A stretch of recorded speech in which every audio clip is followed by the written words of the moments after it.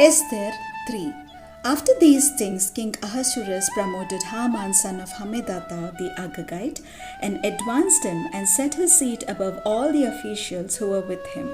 And all the king's servants who were at the king's gate bowed down and did obeisance to Haman, for the king had so commanded concerning him. But Mordecai did not bow down or do obeisance.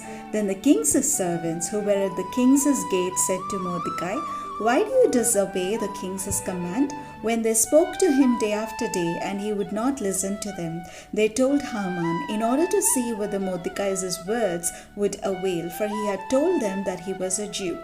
When Haman saw that Mordecai did not bow down or do obeisance to him, Haman was infuriated. But he thought it beneath him to lay hands on Mordecai alone. So having been told who Mordecai's people were, Haman plotted to destroy all the Jews, the people of Mordecai, throughout the whole kingdom of Ahasuerus. In the first month, which is the month of Nisan, in the 12th year of King Ahasuerus, they cast Pur, which means the lot, before Haman for the day and for the month. And the lot fell on the 13th day of the 12th month, which is the month of Adar. Then Haman said to King Ahasuerus, "There is a certain people scattered and separated among the peoples in all the provinces of your kingdom.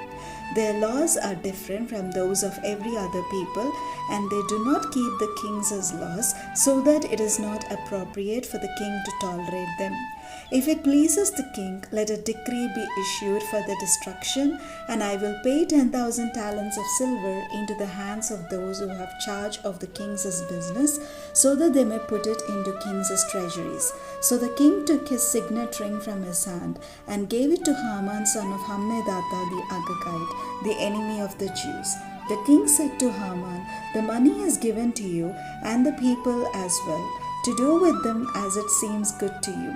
Then the king's secretaries were summoned on the 13th day of the first month, and an edict according to all that Haman commanded was written to the king's satraps and to the governors over all the provinces and to the officials of all the peoples, to every province in its own script and every people in its own language.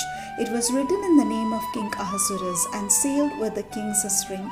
Letters were sent by couriers to all the king's provinces, giving orders to destroy, to kill, and to annihilate all Jews, young and old, women and children, in one day, the 13th day of the 12th month, which is the month of Adar, and to plunder their goods. A copy of the document was to be issued as a decree in every province by proclamation, calling on all the peoples to be ready for that day.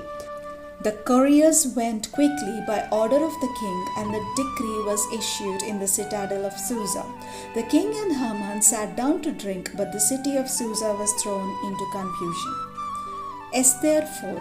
When Mordecai learned all that had been done, Mordecai tore his clothes and put on sackcloth and ashes and went through the city, wailing with a loud and bitter cry.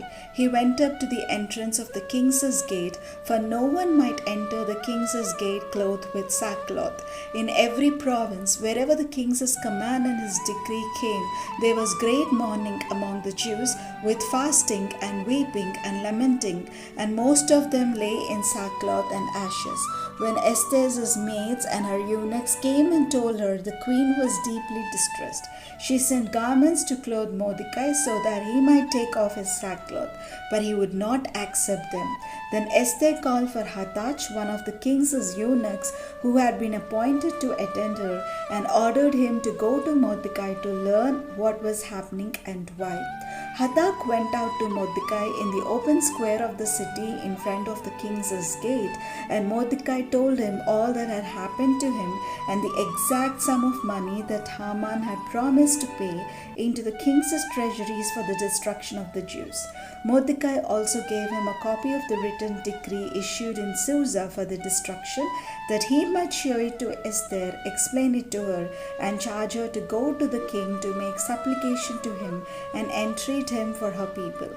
Hathach went and told Esther what Mordecai had said. Then Esther spoke to Hathach and gave him a message for Mordecai, saying, All the king's servants and the people of the king's provinces know that if any man or woman goes to the king inside the inner court without being called, there is but one law: all alike are to be put to death. Only if the king holds out the golden scepter to someone may that person live.